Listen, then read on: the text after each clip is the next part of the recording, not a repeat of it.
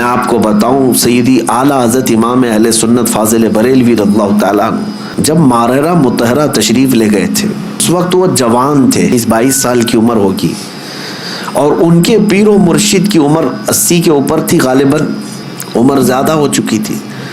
بیعت ہونے کے لیے گئے تھے اعلیٰ حضرت، اور ماررہ کے اس بزرگ کے پاس جن کو خاتم الاکابر سید آل رسول احمدی مارروی رحمۃ اللہ علیہ کہا جاتا ہے، اولیاء اکرام میں ایک سند ہے ان کی، حضرت سید آل رسول مارروی کی۔ جب ماررہ مطہرہ اعلیٰ حضرت گئے وہاں پر تو حال یہ تھا کہ سید آل رسول مارروی رحمۃ اللہ علیہ مرید تو کرتے تھے، لیکن خلافت کا معاملہ بہت الگ تھا۔ ہر کسی کو خلافت کا پٹا نہیں ڈال دیا جاتا تھا، کسی کو 10 سال 12 سال مجاہدے کرواتے وہاں خانقاہ میں رکھ کر پھر خلافت دیتے تھے۔ لیکن اعلیٰ حضرت جب گئے تھے، وہ کمرہ آج بھی وہاں ماررہ میں موجود ہے، جس حجرے کے اندر اعلیٰ حضرت اور ان کے پیر و مرشد صرف 2 ہی لوگ بیٹھے تھے۔ بیعت کیے، مرید تو ہوئے، اور پیر و مرشد نے ساری خلافتیں اسی مجلس میں دی۔ اب جو بات میں کہنے جا رہا ہوں وہ توجہ، 22 سال کا نوجوان امام اہل سنت احمد رضا خان اور 80 سال سے زیادہ کے بزرگ حضرت سید آل رسول مارروی رحمۃ اللہ علیہ، 20 سال اور 80 سال میں فرق ہے کہ نہیں ہے؟ جوان کیسا دکھتا ہے، بوڑھا کیسا دکھتا ہے؟ اعلیٰ حضرت جب وہاں پر بیعت کر کے خلافتیں لے کر کے جب حجرے سے باہر نکلے، دروازہ کھلا تو بہت سے لوگ باہر کھڑے تھے، سیدی آل رسول مارروی رحمۃ اللہ علیہ کے مریدین، وہاں علماء اور صلحاء بہت سارے موجود تھے۔ دروازہ جیسے کھلا، پیر اور مرید دونوں باہر آ رہے تھے۔ اب سنیے جو بات میں کہہ رہا ہوں، تاریخ میں لکھا گیا ہے کہ سبوں نے کہا کہ دیکھ کر کے یہ اندازہ نہیں ہو رہا تھا، دونوں کی شباہت ایک سی لگ رہی تھی، دونوں کی شباہت ایک جیسی لگ رہی تھی۔ یہ چند لمحوں کی صحبت مرشد کی 22 سال کے جوان کو خاتم الاکابر کی شباہت عطا کرتی ہے۔ یہ باطنی صحبت ہے، یہ باطنی صحبت ہے۔ اور صحبت کا اثر میں آپ کو بتاؤں، بد ہے تو کیا ہوا، صحبت اچھوں کی ہو۔ اسی لیے اعلیٰ حضرت نے کیا کہا ہے، کیسے آقاؤں کا بندہ ہوں رضا، بول بالے میری سرکاروں کے۔ میرے عزیزو، سلطان الاولیاء غوث الاعظم دستگیر رضی اللہ تعالیٰ عنہ کا ماہ مبارکہ چل رہا ہے۔ 2 باتیں عرض کروں گا۔ میں آج آپ کے درمیان صرف اور صرف برکت حاصل کرنے کے لیے آیا ہوں، کافی دن ہو گئے تھے۔ 2 چیزیں مشہور ہیں غوث پاک کی زندگی کے واقعات میں، بہت سارے ہیں، کرامات بہت سارے ہیں، اس میں سے 2 میں آپ کے سامنے رکھتا ہوں۔ ایک بار اپنی خانقاہ میں سلطان الاولیاء سیدنا عبد القادر جیلانی رضی اللہ تعالیٰ عنہ آرام فرما رہے ہیں اور محو خواب ہیں، اور آپ کو سوتے ہوئے دیکھ کر کے ایک چور اندر داخل ہوا۔ مشہور ہے، اس چیز کو آپ نے سنا ہے۔ وہ چور آپ کا جبہ چرانے آیا تھا۔ سنا ہے کہ غوث پاک کا جبہ بڑا قیمتی ہوتا تھا، ایک بار چوری کر لے تو پھر پوری زندگی اس کی چل پڑے، کافی قیمتی ہوتا تھا۔ تو چور اندر داخل ہوا، ابھی وہ جبہ ہاتھ میں اٹھایا ہی تھا کہ دروازے پر دستک ہو گئی۔ تو غوث پاک رضی اللہ تعالیٰ عنہ نے آنکھیں کھولے بغیر کہا آ جائیے اندر۔ دروازہ کھولا، اندر آئے ایک صاحب۔ وہ کون تھے؟ حضرت خضر علیہ السلام تھے۔ حضرت خضر علیہ السلام آئے اور کہا سیدی، کس سے؟ حضرت شیخ عبد القادر جیلانی رضی اللہ تعالیٰ عنہ سے کہا بصرہ کے یا کسی شہر کے قطب کا انتقال ہو گیا، وہاں پر قطب اب کون ہوگا؟ یہ تعینات جو ہوتے ہیں، ہر شہر میں ایک قطب ہوتا ہے، اللہ کا ایک ولی ہوتا ہے۔ یہ غوث الاعظم دستگیر رضی اللہ تعالیٰ عنہ کے زمانے میں تصرف اللہ نے ان کو عطا کیا تھا۔ حضرت خضر علیہ السلام ان سے پوچھتے ہیں کہ اس شہر کا قطب کون ہوگا؟ غوث پاک رحمتہ تعالیٰ علیہ آنکھیں کھولے بغیر کہتے ہیں وہ دروازے کے پیچھے کھڑے انہیں لے جائیے. جو جبہ ہاتھ میں پکڑے ہوئے کھڑا تھا کہ اب پکڑا جاؤں اب پکڑا جاؤں اب پکڑا جاؤں گا، اور آنکھیں کھولے بغیر پیران پیر نے کہا وہ دروازے کے پیچھے جو کھڑے ان کو لے جائیے. حضرت خضر علیہ السلام نے دروازہ کھینچا تو دیکھا ایک سادہ سا آدمی ہے، جبہ ہاتھ میں اٹھایا ہوا ہے اور تھر تھر کانپ رہا ہے. کہا کہ چلیے مبارک ہو، اللہ نے آپ کو قطبیت عطا کی، اس لیے کہ شیخ عبد القادر جیلانی کی زبان سے نکلا ہے، چلیے ہمارے ساتھ. اب وہ شخص حیرت میں تھا کہ میرے ساتھ کہیں کوئی مذاق نہ ہو رہا، اور وہ دوڑتے ہوئے پھر غوث پاک کے قدموں میں آیا، کہا روتے ہوئے مجھے معاف کریں، مجھے معاف کریں، کیا یہ میرے ساتھ کوئی مذاق تو نہیں؟ غوث پاک رضی اللہ تعالیٰ عنہ نے فرمایا شیخ عبد القادر جیلانی کو اللہ نے یہ طاقت عطا کی ہے کہ وہ جو زبان سے نکالے اللہ اس کو پورا کر کے رہتا ہے. کہا کہ میں یہاں کس غرض سے آیا تھا آپ کو پتا ہے؟ میرے ہاتھ میں آپ کا اٹھایا ہوا جبہ تھا. غوث پاک رضی اللہ تعالیٰ عنہ نے فرمایا سب ہمیں پتا ہے، اور ہم چاہتے ہیں کہ تمہارے اس منصب کو، تمہاری اس ڈیوٹی کو بدل کر کے دوسری ڈیوٹی دے دی جائے. اب یہ واقعہ تو ہم نے سنا، کئی مرتبہ سنا، لیکن ایک بزرگ سے میں نے سنا اور انہوں نے یہ بیان فرمایا اور کہا کہ بیٹا آپ جانتے ہو چوری کرنے والے کو تو سزا دی جاتی ہے، اسلام سزا دیتا ہے، اور یہاں وہ جبہ ہاتھ میں لے کر چرایا ہوا آدمی رنگے ہاتھوں پکڑا گیا، سزا دیتے ہاتھ کاٹتے ہیں، اور اس کو بجائے اس کے کہ صرف معاف کر کے چھوڑتے پھر قطبیت کا مقام بھی دے دیا. یہ سوال جب آتا ہے ذہن میں تو پھر اس بزرگ نے فرمایا کہ بات در حقیقت یہ ہے کہ اللہ کریم بھی نسبتیں دیکھتا ہے. وہ چور چوری تو کیا تھا لیکن ہاتھ میں دامن کس کا تھا؟ ہاتھ میں کیا تھا؟ غوث پاک کا جبہ تھا. جبہ جو پکڑا تھا یہ نسبت نے اس کو، اس صحبت نے اس کو مقام قطبیت تک پہنچا دیا. اب میں آپ سے کہتا ہوں کہ غوث پاک کا جبہ پکڑے تو قطبیت کے مقام پر پہنچے، اور جو رسول اللہ کے قدموں پر جان دے اسے رب ذوالجلال غوثیت کے مقام پر پہنچاتا ہے. ایک بات یاد رکھیں، نبی پاک صلی اللہ علیہ وسلم پر جو صحابہ نے اپنی جانیں دی ہیں حضور اکرم صلی اللہ تعالیٰ علیہ وسلم کی محبت میں، غوث، قطب، ابدال، نجبہ، شرفا کوئی وہاں تک نہیں پہنچ سکتے جہاں رسول اللہ کے صحابہ پہنچے. کیوں؟ صحبت کا اثر ہے، صحبت کا اثر ہے. اسی لیے صحبت چن کر کے اختیار کرو، کہیں ایسا نہ ہو کہ بعد میں پچھتانا پڑے. ہم نے تو پولیس کو بھی دیکھا ہے خواہ کچھ لوگوں کو اٹھاتے ہیں اور لے جاتے ہیں پکڑ کر کے. کیا قصور ہے بھائی اس کا؟ کہا فلاں نشیڑی کے ساتھ تو یہ بھی کانٹیکٹ میں تھا.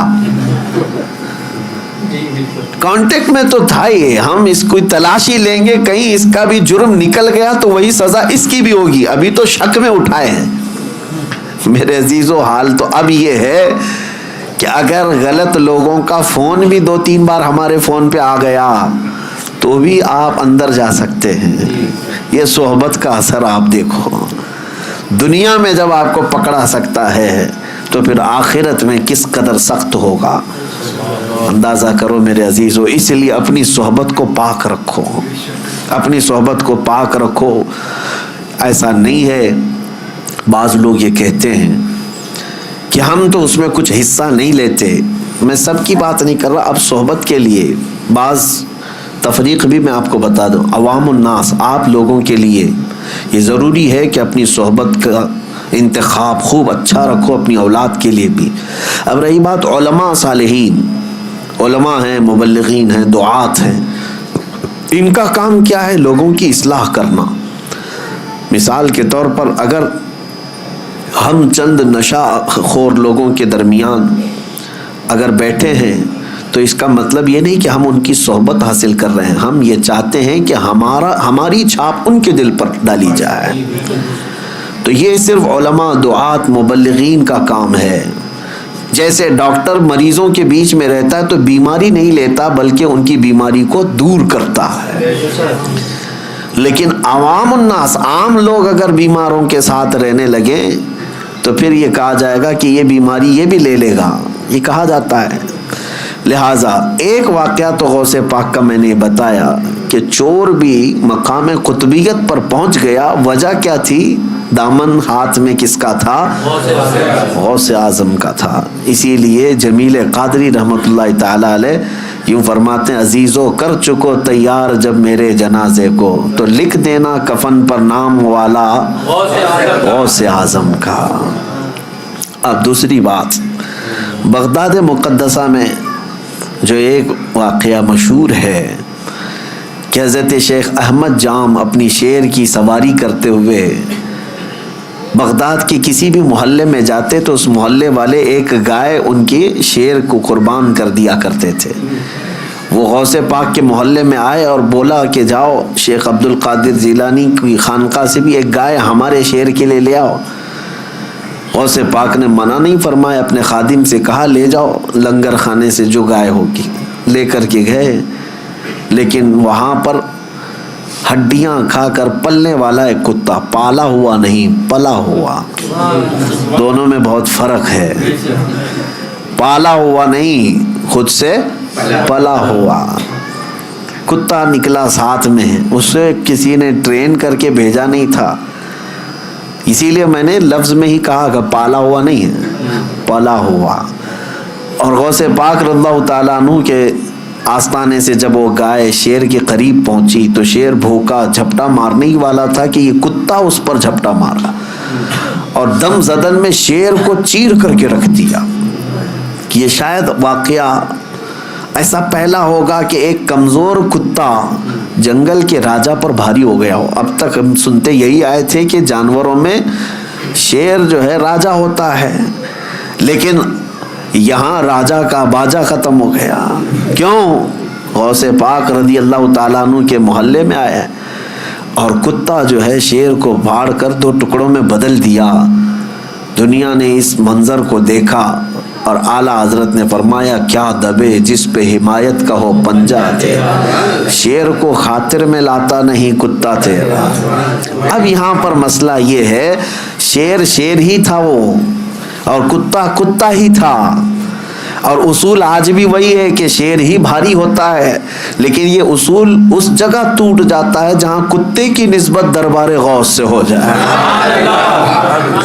اب میں آپ کو یہ کہتا ہوں کہ کتا ہے، کتے پالنے کی ہمارے ہاں شریعت میں اس کا حکم نہیں ہے۔ بعض مقامات ایسے ہیں جیسے کھیتی باڑی یا حفاظت کے لیے ان کو شریعت نے مستثنا رکھا ہے۔ جس جانور کو ہم پالتے بھی نہیں، خود سے گھروں کے پاس بیٹھ کر پل جاتا ہو، اس کتے کا حال یہ ہے کہ دربار غوث کے سائے میں بیٹھا کرتا تھا، غوث پاک کے آستانے کے سائے میں بیٹھا کرتا تھا، اور طاقت کا حال یہ ہے کہ جنگل کے راجا کو بھی پھاڑ کے رکھ سکتا ہے۔ یہ صحبت کا اثر ہے، یہ صحبت کا اثر ہے۔ اب دوسری بات میری یہ توجہ سے سنو، دوسری بات یہ سنو کہ غوث پاک کے دسترخوان پر پڑے ہوئے ٹکڑے یا پھینکے ہوئے ٹکڑے کھا کر پالا ہوا نہیں بلکہ پلا ہوا کتا شیر پر بھاری ہو سکتا ہے۔ اب سوچو کہ غوث پاک نے جس کو پالا ہو،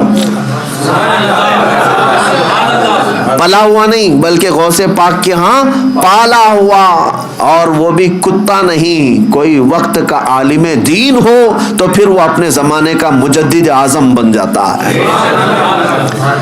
اعلیٰ حضرت فاضل بریلوی رحمۃ اللہ علیہ پھر اس کو یوں کہتے ہیں، میں یہ مثال اس لیے دے رہا ہوں کہ اعلیٰ حضرت امام اہل سنت اپنے آپ کو کہتے ہیں کہ میں غوث اعظم کا وہاں پر دربار کا کتا ہوں، بلکہ وہ پلا ہوا نہیں پالا ہوا، اور جس کو غوث پاک کی نسبت حاصل ہو، عنایت حاصل ہو، پھر وہ کہتے ہیں اعلیٰ حضرت اپنی قسمت پر کہتے ہیں کہ میری قسمت کی قسم کھائیں سگانے بغداد، بغداد کے کتے میری قسمت کی قسم کھائیں گے۔ اعلیٰ حضرت فرماتے کیوں؟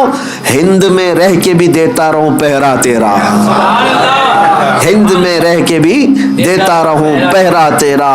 اور اعلیٰ حضرت اسی نسبت اور اسی صحبت کے بارے میں کہتے ہیں، یا سیدی عبد القادر جیلانی غوث اعظم، تجھ سے در سے سگ، اور سگ سے ہے مجھ کو نسبت.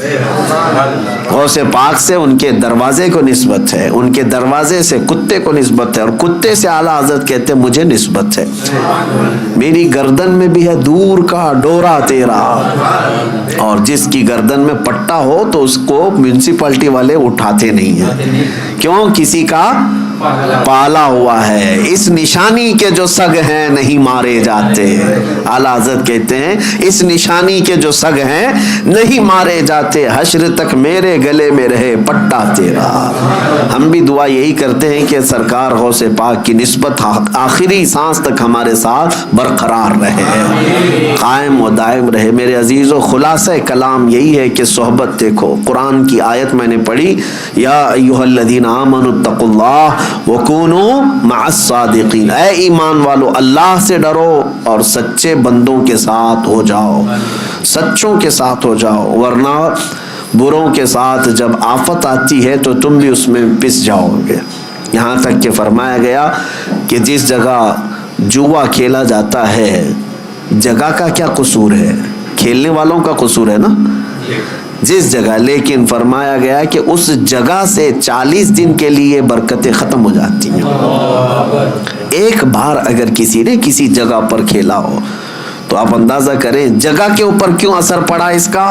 اس لیے کہ برے وہاں پر کھڑے تھے، تو جگہ کے اوپر بھی اثر پڑ جاتا ہے. اسے اندازہ کریں آپ، جو چیز جہاں کھڑی ہوتی ہے، یا ہر چیز کا اثر ہے دنیا میں، ہر چیز کا اثر ہے. اس لیے اپنی صحبتوں کو پاک رکھو. خاص طور پر نوجوانوں سے میں گزارش کرتا ہوں. اور اگر تم نے آج سے اس بات کا خیال رکھنا شروع کیا کہ تمہاری سنگت، تمہاری صحبت کیسی ہونی چاہیے، تو پھر یہ چین جب بن جائے گی تو دیکھنا وہ جو راستہ بھٹک چکے انشاءاللہ وہ تمہیں دیکھ کر سیدھے راستے پر آ جائیں گے، وہ خود بھی آ جائیں گے. کیوں؟ لیکن ہوتا کیا ہے یہاں پر جو بگڑ گیا ہے، ہم یہ سوچتے ہیں کہ دوست ہے نا پرانا، تو اس کو اس کی غلطی کا کبھی احساس ہی نہیں ہوتا. تم اس کی دوستی میں ویسی لگے رہتے ہو، سارے دوست تو ویسی اچھے اس سے ملتے جلتے رہتے ہیں، اس کو کبھی احساس نہیں ہوتا. لیکن سارے دوستوں نے اگر اس کو چھوڑ دیا اچانک کہ تو شراب کیوں پی رہا ہے، تو نشہ کیوں کر رہا ہے، تو زنا پر کیوں گیا تھا، تو سود کا کاروبار کیوں کر رہا ہے، اگر دوستوں نے اسے چھوڑ دیا تو اسے اسی دن احساس ہونے لگ جائے گا کہ میں کچھ غلط کر رہا ہوں جس کی وجہ سے میرے ساتھیوں نے مجھے چھوڑ دیا ہے. تمہارا چھوڑنا اس لیے نہیں کہ اس کو تنہا کرنا ہے، بلکہ تمہارا چھوڑنا اس کی اصلاح کے لیے ہے. اور جس دن اسے احساس ہو جائے گا وہ بدل لے گا اپنے آپ کو، بدل لے گا اپنے آپ کو. میرے عزیزوں، میں آپ کو بتاؤں، میں کسی کا نام نہیں ذکر کرتا کہ کہیں، اس لیے کہ ہماری باتیں بہت ساری وائرل ہو جاتی ہیں، ادھر سے ادھر لوگ چپکا دیتے ہیں. پھر ایک صاحب وہ کچھ غلطیوں میں مصروف تھے، بڑی عمر ہو گئی، 40 سال کے اوپر کی عمر، لیکن مال بے حساب ہونے کی وجہ سے غلط سنگت یا غلط صحبت، اور بسا اوقات ایسا کہ کفر و شرک کے معاملات بھی زندگی میں آ گئے ہیں. غلط کام تو کر ہی رہا تھا. اتفاق ایسا تھا کہ بہت سارے لوگ اس کے ہاں آنا جانا ویسے ہی رکھتے، باقی اس کی بہت ساری اچھائیاں بھی تھیں. اچھائیوں میں یہ کہ مسجدوں کی تعاون میں وہ بڑھ چڑھ کر کے آگے رہتا، اور 11ویں شریف تو بڑی دھوم دھام سے بہت سارے لوگوں کو کھلاتا، پورے گاؤں والوں کو، سب کھاتے تھے. میں آپ کو بتا رہا ہوں یہ چند سالوں پہلے کی بات ہے. اب اس شخص کی ایک خواہش یہ تھی کہ بہت سارے لوگ آتے بھی جاتے ہیں میرے پاس، میں یہ اپنی تعریف کے لیے نہیں کہہ رہا، میں آپ کو ایک مثال دے رہا ہوں. میرے پاس ایک سال دعوت آئی اور کہا کہ مجھے آپ کو میرے ہاں آنا ہے، فلاں دن ہے. مجھے تو اس بات کا علم نہیں تھا کہ کیا کیا ہوتا ہے، میں نے قبول کر لیا. پھر وقت قریب آتے آتے مجھے بہت ساری چیزیں معلوم ہوئی، اور اتنی سخت چیزیں تھیں کہ جس کی اصلاح بہت ضروری ہے. کچھ معاملات ایسے ہوتے ہیں کہ جس کو نظر انداز کیا جا سکتا ہے، لیکن کچھ ایسے ہیں جس کو نظر انداز کرنا آسان نہیں، جہنم میں لے جانے والے اعمال ہیں. پھر جب میرے پاس یہ باتیں آئی تو پھر شاید 2-3 دن بچے ہوں گے، تب میں نے پیغام بھجوایا کہ اس بار آپ مجھے بلانے کے لیے ضد کر رہے ہو، میں ہرگز نہیں آؤں گا جب تک تم ان تمام چیزوں سے توبہ نہیں کرتے. اور اس کے علاوہ ایک بات یہ بھی یاد رکھ لو، میں خود بھی نہیں آؤں گا، کسی عالم کو آنے نہیں دوں گا، اور عام مسلمانوں میں اعلان بھی کروں گا کہ تمہاری ان حرکتوں سے دین کا بھی نقصان ہے، تمہارا خود کا بھی نقصان ہے. یہ سخت سٹینڈ لینا ہو سکتا ہے کسی کے لیے ایسا لگتا ہو کہ اتنا سخت ہو گئے فلاں چھوڑ کے بھاگ جائے گا، ایسا نہیں ہوتا. میرے عزیزو، شاید یہ دوپہر سے شام کی بات ہوگی، شام تک وہ بندہ جب دیکھا یہ سارے معاملات، ساری تیاریوں کے ساتھ آ کر کے کھل کر سب کے سامنے اپنی توبہ اور برات کا اظہار کیا، اور الحمدللہ وہ اپنی توبہ پر آج بھی قائم ہے. تمام چیزیں نکل گئی. میں یہ بات اسی لیے کہہ رہا ہوں کہ اگر مومنین مل کر کے کسی کی اصلاح کی کوشش کریں کہ ہم تیری صحبت میں نہیں بیٹھیں گے، اگر تو باز نہیں آیا تو پھر اس کے اصلاح کا سامان ہو سکتا ہے. ہوتا یہ ہے عام طور پر کہ لوگ چاہتے نہیں ہیں، لوگ اس کے ساتھ اٹھنا بیٹھنا ویسے ہی جاری رکھتے ہیں، اس کی برائیاں دیکھ دیکھ کر کے بھی. میرے عزیزو، یہ اس کے لیے بھی زہر ہلال ہے اور تمہارے لیے بھی. وہ خود کبھی اصلاح کی طرف نہیں آئے گا، اور اس کی برائیوں کی صحبت کی وجہ سے تمہارے اوپر بھی قیامت کے دن سخت پکڑ ہو سکتی ہے. ان 2 چیزوں کی طرف آپ توجہ دیں. اب اخیر میں گفتگو کو سمیٹتے ہوئے یہ بات کہوں گا کہ ہم آج اپنے پیر و مرشد کے ہاتھ میں ہاتھ دے کر بیعت جو کرتے ہیں، یہ بھی صحبت ہی کی بات ہوتی ہے. صحبت ہی کی بات ہوتی ہے کہ ہمیں اچھوں کی صحبت ملے جو ہمیں رسول اللہ تک پہنچا ہے. اور اب دعا یہ کرتا ہوں اللہ کریم کی بارگاہ میں، جو اعلیٰ حضرت نے دعا کیا تھا. اعلیٰ حضرت نے کیا دعا کیا تھا؟ قادری کر، قادری رکھ، قادریوں میں اٹھا. یہ دعا بھی صحبت ہی بتاتی ہے، صحبت ہی بتاتی ہے. اچھا، جتنے بھی آپ کے نام کے ساتھ جو لفظ جڑ جاتے ہیں، آپ کے نام کے ساتھ نسبت، سلسلے کے نسبت کی وجہ سے جو نام جڑ جاتے ہیں، کوئی برکاتی ہے، کوئی نظامی ہے، کوئی قادری ہے، کوئی چشتی ہے، کوئی نقش بندی ہے، کوئی سہروردی ہے، اور کوئی رضوی، کوئی اشرفی. یہ نام تو نہیں ہے لیکن یہ نسبت ہے. اب آپ کے نام کے ساتھ اگر احمد اور برکاتی جڑ گیا تو یہ برکاتی لفظ ہی بتاتا ہے کہ اس کو صحبت مارحرہ مطہرہ سے حاصل ہے. قادری اگر آپ کے نام کے ساتھ جڑا ہے تو یہ لفظ بتائے گا کہ اس کی صحبت بغداد سے جڑی ہوئی ہے. چشتی اگر کسی کے نام کے ساتھ جڑا ہے تو یہ بتاتا ہے کہ غریب نواز کی صحبت میں جانے والا بندہ ہے، ان کی صحبت کا طالب ہے. اس لیے اپنے ناموں کے ساتھ یہ نسبتیں لگاتے ہیں. دنیا والے اپنے اپنے دوسرے بزنس کے نسبتوں پر فخر کرتے ہوں گے کہ اپنے ناموں کے ساتھ کسی عہدے کی نسبت لگا کر کے، لیکن اعلیٰ حضرت جس پر فخر کرتے تھے وہ قادری نسبت پر فخر کرتے تھے. علامہ، مولانا، مفتی، الحاج، قاری، حافظ، یہ سب ہو سکتا ہے منصب ہوں، عہدے ہوں، لیکن اعلیٰ حضرت اپنے لیے جو لکھتے تھے فقیر قادری. جہاں پر بھی آپ دیکھیں گے اعلیٰ حضرت کیا لکھتے تھے؟ فقیر قادری. یعنی اپنے آپ کو فقیر بھی لکھتے تھے اور نسبت میں قادری لکھا کرتے تھے. اسی لیے انہوں نے دعا بھی یہی کی، قادری کر، قادری رکھ، اور قادریوں میں اٹھا. قیامت کے دن بھی انہی صحبتوں میں مولا ہمارا حشر فرمائے. قدر عبد القادر قدرت نما کے واسطے. وصلی اللہ تعالی علی خیر خلقی محمد وآلہ واصحابہ اجمعین برحمتک یا ارحم الراحمین.